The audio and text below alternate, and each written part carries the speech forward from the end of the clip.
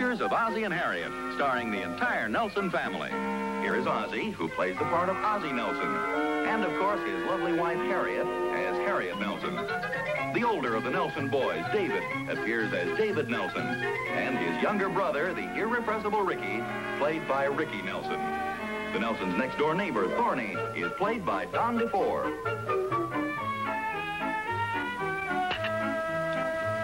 More coffee, dear? No, thanks. I have enough left right here. You didn't finish your eggs, did you? Oh, well, I ate most of them. How come you fried the eggs this morning? Oh, I don't know. You've had boiled eggs every morning for so long, I just thought I'd fry them, give you a little change. You didn't like them, did you? Oh, well, yeah, they were okay. I ate most of them. Yes, but you didn't like them, I could tell. You didn't smile. Oh, well, I don't very often smile when I'm eating eggs. Not unless it happens to be a wide egg sandwich, and then I kind of... I'm sorry, I just thought I'd give you something a little different for a change. Oh, I liked them. They were okay. It's just that I usually have boiled eggs, and I don't think there's any reason to change just for the sake of changing, you know? I suppose that's a masculine attitude. Personally, I like things a little different once in a while. Gives you a fresh outlook. I don't know, maybe I'm just in a reckless mood today. I've even been thinking about having my hair cut. How do you think I'd look with one of the new shorter cuts? Well, I wouldn't want you to get a crew cut. Oh, don't be silly. I wouldn't get a crew cut. At least until the middle of summer. I'm surprised you haven't noticed, though, dear. Most of the girls are wearing their hair with a shorter hairdo. You know, it's a funny thing about women. Practically all men like women with their hair long and their skirts short. And look what happens. Reverse psychology. Women do the opposite to get things they want. Look at the attention women have had in the past 2 years. Well, okay. I mean, if you like people staring at you as you walk down the street. Not especially. It's the reason they lengthen the skirts. But what about your hair? I mean, you couldn't wait till it grew back in, and now you want to chop it all off again. Well, evidently, you don't want me to. Well, I don't care. It's your head. Funny thing, I noticed that when I was brushing my teeth this morning. Well, no, Harry, but you asked me how I like your hair, and frankly, I don't care. I mean, you cut it any way you want. As I say, it's your head. Oh, I already said that, didn't I? It's funny how men get set in their ways. It seems to be a masculine trait to resist change of any sort. For instance, you like my hair this way, so you don't want me to cut it any shorter. You like boiled eggs, fried won't do. Well, it isn't a question of men being set in their ways. At least I'm not. I happen to like my head boiled. My eggs boiled. I've liked them that way for years. Just because I like the same thing year after year doesn't mean I'm set in my ways. What does it mean? It means I'm stubborn. I mean, it means that I'm a fellow of average, normal tastes. I mean, lots of people like extraordinary things. They like unusual things. Well, I happen to be conservative, and I like things just sort of average. Well, nothing to get excited about. No, well, I mean, I'm sorry. I'm not getting excited. It's just that I'm an average type of guy who likes things average. That's all, a man of average tastes.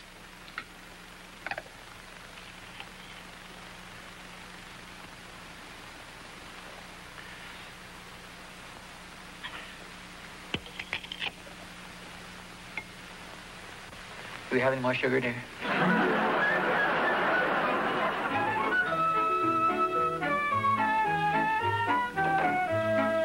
Hi, Oz. Oh, hi, Thorny.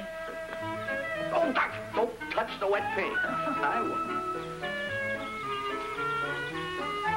Didn't you just paint this fence last fall? Well, this is Catherine's idea. She had me paint it white before because she expected a lot of snow during the winter. Now she wants it green to match the lawn. Women get some crazy ideas, don't they? You never know what they're going to think of next. So darn changeable. They're never satisfied to leave things go the way they are. I think that's feminine nature, Oz. Yeah. Let me ask you this. How do you like your eggs cooked? Sunny side up. We're going to eat right here in the yard? just thinking of something. For years, I've been enjoying a couple of medium-boiled eggs for breakfast every morning. Been enjoying them for years. All of a sudden, this morning, without a word of warning, I get fried eggs. Well, I hope you didn't take it sitting down, Oz. If I were you, I'd object plenty. Why don't you put an ad in the paper? I will not be responsible for any eggs fried by my wife. No, it's not only the eggs, Thorny. It's the whole idea. What would you say if your wife suddenly walked up to you and said, I want to get my hair cut right now? Would you object? Well, I certainly would. Put my foot right down. Absolutely, because you like her hair the way it is, nice and long. Well, not necessarily long, Oz. I just want her to have hair. She just had it cut yesterday. That's because I like Harriet's hair the way it is, because I like my eggs boiled. Right away, I'm set in my ways. Does that mean that I'm set in my ways? Am I an old fuddy-duddy? Am I a stick in the mud? Am I narrow-minded? The answer is no. Oz, if you ask me a question, let me answer it. You feel that you're set in your ways, Thorny? Well, not necessarily. Of course not, but women don't see it that way. Because a guy enjoys boiled eggs in the morning, they want to change him, switch to fried eggs. Does that make any sense? No. Now, there you go, answering again. We go bowling the same night every week. Does that mean that we're No. set in our ways? No. Beat you that time. I'm on my way down to the drugstore right now. I'm going to buy 2 quarts of ice cream, a quart of chocolate, and a quart of vanilla, because I happen to like vanilla and chocolate. But does that mean that I'm set in my ways? Of course it doesn't, Thorny. You know, Oz, I think I'll walk down to the drugstore with you. I think the new Esquire magazine is in. There you are. You always walk down the drugstore with me around the end of the week because that's when Esquire magazine comes in. Doesn't mean you're set in your ways. As a matter of fact, you don't have to buy Esquire. You could buy the Housewives Gazette. Yeah, if I were a housewife. No, I mean, if you really wanted to, you could buy the Housewives Gazette instead of Esquire because you aren't set in your ways. Oz, I like Esquire.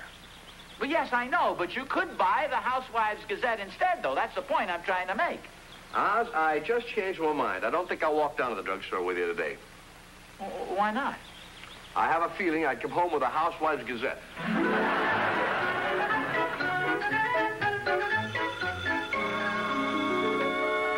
Hello? Oh, hello, Harriet. It's Mary Dunkel. Oh, hello, Mary. How's your cold? Oh, I'm nearly back to normal. The doctor gave me a shot of a wonderful serum yesterday. Fixed me up overnight. Oh, that's fine. Of course, I still cough a little and sneeze a little and wheeze a little. I thought you were all fixed up. Well, the hives are gone. Hives? Yeah, the hives from the first shot. Oh, you had 2 shots? Well, yes. You see, one for my cold. But my system had a negative reaction, so I broke out in hives. Then he gave me a second shot for the hives. What did he do for your cold? Well, I'm going over to see him in a few minutes. Of course, he's working under a handicap. He's sick in bed with a cold himself. How are Ozzie and the boys? Fine, thanks. Oh, I almost forgot. Remember you told me you were looking for a rug? Well, listen to this. On the way downtown this morning, I saw the most beautiful brown rug in the Emporium window. Just perfect for your living room. I'm way ahead of you, Mary. You've seen it? Yesterday. In fact, I'm having it delivered tonight while Ozzie's at the bowling alley. You're going to surprise him, huh? In a way, yes. You know how men resist any changes around the house? Well, I figure if he walks in and there it is in familiar surroundings, he's much more apt to like it. Just like Herb.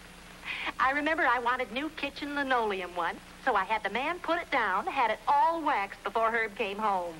Did he like it? Well, I think he would have if he hadn't broken his arm when he walked in and slipped on it. But I think you're doing the smart thing, Harriet. I hope so. I figure it's worth trying anyway. Let me know how it turns out, huh? Okay, Mary. Goodbye.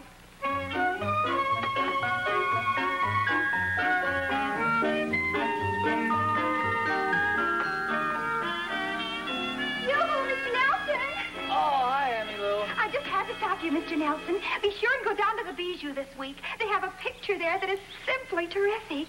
Oh, fine. I'll get down and see it. Oh, it's so good. It's a return engagement of a re-release of a remake by special request of the manager. That sounds pretty interesting. What's the name of it? Fire Riley Granger. Oh, yes, that's a nice name for a picture. Oh, it's such a wonderful movie, Mr. Nelson. Somebody ought to make a book out of it. It's about a man who is completely irresponsible. Oh, I just adore irresponsible men. And the woman in the picture, she was irresponsible, too. Oh, an irresponsible woman? What carefree lovers they were. They kissed on the street. They kissed on the bus. They kissed in crowded railroad stations. They wanted people to see them kissing. Even when the hero took the heroine home, he'd strike a match so people could see him kissing goodnight. Well, that's very interesting, Emmy Lou. I think I'd better get down to the drugstore. Oh, he was so romantic, so unpredictable. Toward the end of the picture, he held the girl in his arms, and everyone in the theater thought they were going to get married. But they didn't. He didn't even kiss her. Well, maybe he ran out of matches. You should have seen him. He wouldn't work. He was undependable. He was fickle. He had bad habits. He beat her. He was irresponsible. He didn't earn a living. He borrowed money from her. He stole. He lied. He gambled. Gee, he was cute. Now, wait a minute. You mean to say women actually like a man of that type? Well, of course they do. What fun is a man who does exactly the same thing every day? What fun is it when you know exactly when your husband is coming home? Oh, that reminds me. I'm late now, Emmy. It takes all the joy out of life to be married to a dull, stodgy, conservative husband. Women like thrills, excitement. They like a man who's impetuous, gay, devil-may-care. Watch your language, Emmy Lou. They like a wild life with an exciting man. A man who does fantastically imaginative, unpredictable things. I imagine you were like that when you were young, weren't you, Mr. Nelson? Oh, what do you mean when I was young, Emmy Lou?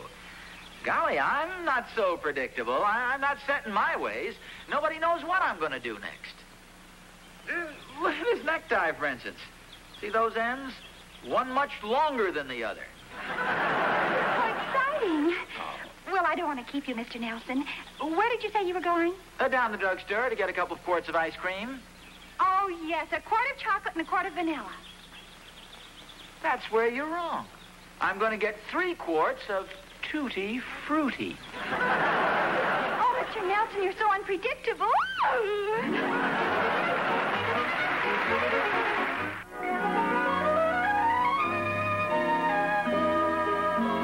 The average husband is a pretty predictable fellow. He comes down to breakfast at the same time every morning, drinks his orange juice, picks up the morning paper, eats a couple of eggs,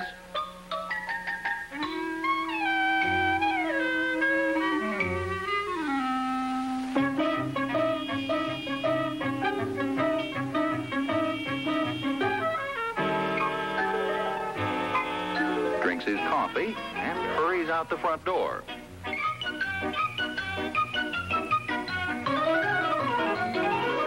He then remembers that he's forgotten to kiss his wife goodbye, hurries back into the house, kisses her goodbye, and hurries out again.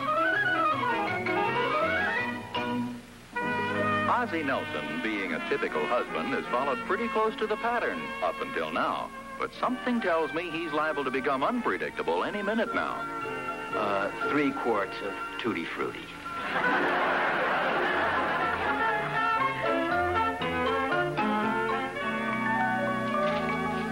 Oh, Dave, have you seen your father? No, I haven't, Mom. I wonder what's keeping him. Oh, Mr. Miller sometimes runs out of vanilla. Maybe Pop had to go to a different drugstore. Well, he should be back by now. He's always home at 6 o'clock. You don't suppose Pop had an accident? Oh, don't be silly, Ricky. Pop wouldn't have an accident on his bowling night. Well, he'd better hurry up. I've got the roast set for 6:30. No, you know Pop. He's never late for dinner. Did you tell him about the rug? No, I haven't, and don't you either. I want to surprise him. The man's coming from the store to put the rug down while your father's bowling tonight. So don't you tell him now and spoil the surprise. Hey, that's pretty good. How'd you think of that, Mom? Well, I don't mess around, boy. Ozzie? Hi, everybody. Oh, there you are. I was beginning to get worried about you. Oh, well, first of all, I decided not to take the car. I decided to walk down there. And it turned out to be such a beautiful, balmy evening. You know how unpredictable I am. Well, I decided to walk home the long way. So I went all the way down to Brinkerhoff Street, and then I strolled over by Mount Vernon Street, then I came around there by the park, and then I turned down Maple and went back to the drugstore. Well, why'd you go back to the drugstore? The ice cream had melted. What kind of ice cream is this, Pop? Oh, that's Tutti Frutti. What's Tutti Frutti? Well, it's ice cream with pieces of fruity in it and a lot of little chunks of tutti all... I'm not sure whether I'm going to like Tutti Frutti. Well, you'd better like it. If you don't eat your Tutti Frutti ice cream, you won't get any dessert for dinner. Doesn't sound right. Harriet, if the boys don't eat their dessert, what don't they get? They don't get any carrots. Oh, that sounds much better, huh, Dave? I'll say. Let's sit down there. I'll bring you a glass of tomato juice. Oh, I don't think I'll have any tomato juice tonight, Harriet. I think I'll have a glass of champagne instead. Champagne? Yeah, don't you remember I bought us a bottle of champagne for our anniversary? Oh, well, we used that 6 months ago. Don't you remember the Dunkles and the Thornberrys came over and helped us celebrate? Oh, yeah, that's right, yeah. I'll bring you a glass of ginger ale. The bubbles go up your nose the same way. No, that's okay. I think I'll go upstairs and change my clothes. Well, you look fine to me. Well, yes, but you just mentioned the Randolphs, and it reminded me of that wonderful time we had at their New Year's Eve party. Remember, we were dressed formally, and I had on my tuxedo. I thought I'd put it on again now and sort of relive it up a little. I'm sorry to be so unpredictable. You just never know what I'm going to do next, do you? Oh, yes, I do. You're going to hurry up because dinner's almost ready. Okay, I'll be right back. Sure is nice of you to put up with these crazy, changeable moods of mine. In fact, you know, I think I'll do right after I wash my hands. Can't imagine.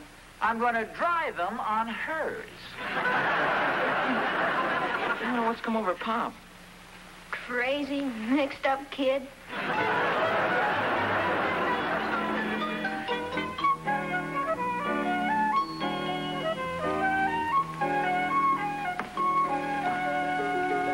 Gee, I wonder what's keeping Pop, Mom. Oh, he's getting dressed for dinner. You mean he's getting dressed up? Mm-hmm, that's right. How come? Oh, I don't know. He had such a nice time at the party last New Year's Eve that he wants to wear his tuxedo again. I think it's a nice idea. He's going to look pretty crazy down at the bowling alley, boy. Well, I'm sure he'll change before he goes bowling. Oh, you boys go ahead and start eating. Harriet? Come on, dear, dinner's all ready. Harriet, have you seen my cufflinks anyplace? Oh. Look at the things. Where'd you get that outfit? Well, while I was upstairs changing my clothes, I suddenly remembered I'd had an even better time at the party Halloween. I hope you don't plan to sit down to dinner in those awful rags.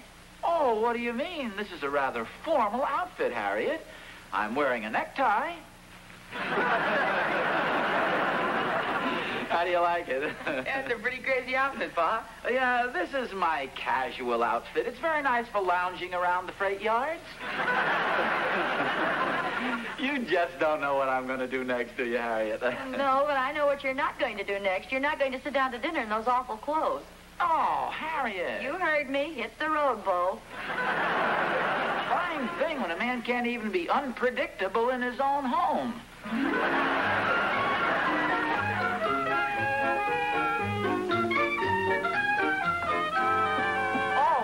Harriet, have you seen my banjo anyplace? Your banjo? I didn't even know you had one. Oh, yes, I have an old banjo around here. I thought I might strum a few tunes this evening. Does that sound like fun? Aren't you going bowling tonight? Oh, no, I don't think I'll go. Well, you've got to go bowling tonight. Why? Well, it's because it's your bowling night. Well, I know, but suppose it is my bowling night. You know me, I'm so moody and unpredictable. Oh, well, you wouldn't want to disappoint Thorny. Now, look, I've got all your bowling things right down here. You don't even have to go upstairs. There it is. Now, go ahead. Darn family's getting unpredictable. Hey, Oz. Oh, hi, Thorny. Hey, what happened? I thought you were going to stop by for me. Oh, well, I'm a little late. So what? The guys can wait. Well, come on. I told them we'd be there at 8 o'clock. Oh, gone it. What's the matter? I'll be right back. I left my bowling shoes in the house. Oh. That's the first time I've ever seen a pair of shoes that follow you out the door. What's going on around here lately? Oh, come on. Let's go, Oz. Hey, Oz. Do you know that guy? What guy?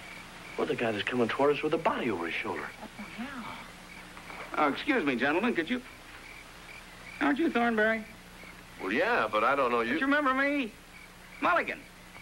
I was the other end man at the Elks Minstrel Show. Oh, what do you know? Sure, of course. How are you? Why? This is Mr. Nelson. Yeah, I remember you. You were the ringmaster in the big circus number, too. Yeah, that's right. You're practically the head of the show. Oh, go on. It wasn't much. What are you doing in this neck of the woods? I came over to deliver this rug. Some woman had to have it put down tonight. Her husband's a bonehead. He don't like things changed around. What's the name on it? Name's Nelson. Say, do you happen to know him, Mr. Nelson? Nelson? Gee, we're the only Nelsons on this block. Oh, well, then you must be the... No offense for what I said, Mr. Nelson. I didn't know you were the bonehead. Hey, no wonder Harriet was so anxious to get me out of the house, Thorny. She practically pushed me out. Pulled a fast one on you, huh? Yeah, that's what she thinks. But I just thought of a terrific gag we could pull on her. Would you care to join us, Mr. Mulligan? Thanks, I'd be glad to. You better make mine a short one, though, you know, during working hours. No. I mean in the gag. Listen to this, see? Harriet thinks she's going to pull a real surprise. She bought the rug, and I didn't know anything about it. Now, you fellas have heard the old expression, snug as a bug in a rug, haven't you? Yeah. Well, here's my idea. You and Thorny carry the rug in, you see, and you unroll it on the living room floor. Ricky, give me a hand with this. When's the man going to get here with a rug, Mom? Oh, any minute now. I'm glad he didn't get here any earlier. I had a tough time getting your father out of the house. Here, put that in the dining room. I want the floor as clear as possible in here. Where do you want this chair, Mom? Oh, put that in the dining room, too. Gee, the dining room's beginning to look like the living room. Or the attic. What do you think you are, Atlantic City? Come on, boy, chop, chop. Just a minute. Oh, hello, Mr. Mulligan. Yes, bring the rug right in here. Well, Thorny, what are you doing? Well, I met Mulligan outside and thought I'd give him a hand with this rug. It was pretty heavy sometimes. Oh, I'm sorry about making you deliver it tonight, Mr. Mulligan. That's all right. I wasn't doing anything in particular. Just eating dinner. Yeah. What makes the rug so lumpy? Oh, that. Oh, well, you see, well, when they... what does make the rug so lumpy, Mr. Thornberry? Mothballs. That's right. It happens all the time. If you'll just tell us where you want it now, Mrs. Nelson, we'll unroll it for you. Oh, no, Mr. Mulligan, don't unroll it. Just stand it over there in the corner. Well, we can't stand it in the corner. I don't remember which end is the head. I mean, which end is up. I know, but Thorny, if Ozzie doesn't like it, Mr. Mulligan will just have to come back again in the morning and roll it up. No, just throw it over there in the corner until I find out how Ozzie likes it. Believe me, Harriet, he's going to like it a lot better unrolled. But he's such an unpredictable person, he may not even want a new rug. Oh, let him unroll it, Mom. Yeah, come on, Mom. We want to see it. Well, all right. Unroll it. Okay, Mulligan, let's go. Wait a minute. I got to make my speech. And now, ladies and gentlemen, the wonder of the ages. You are about to witness the only time in history that a man, cold sober, mind you, has been rolled in his own living room. Come on, Tony, let's go. Heave-ho!